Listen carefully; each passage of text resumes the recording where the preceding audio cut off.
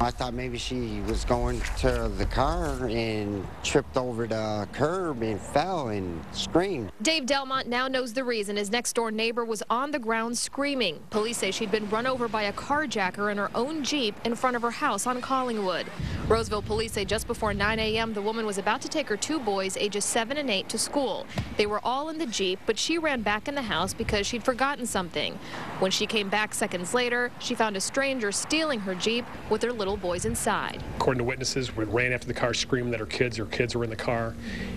Didn't seem to bother him at all. He put the car in gear, took off, struck her once. She went down to the pavement, and then, as he drove off, ran over her legs in an attempt to get away. Police say that carjacker drove down the street but decided to jump out with the Jeep still moving. They say he had an accomplice in another vehicle who picked him up and drove off. According to investigators, the 8-year-old grabbed his younger brother, and both of them jumped out of the slow-moving Jeep together. This neighbor, who asked not to be identified, saw what happened next. All I seen was two little boys jump out of the truck, and they were running towards the freeway.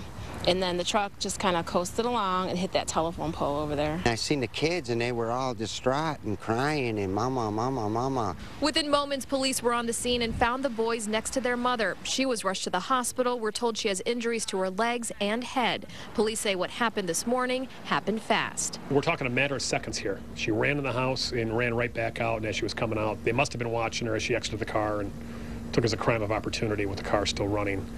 But we do believe they were targeting cars in the area, so if it hadn't been this car, it would probably have been another one. In Roseville, Anu Prakash, 7 Action News.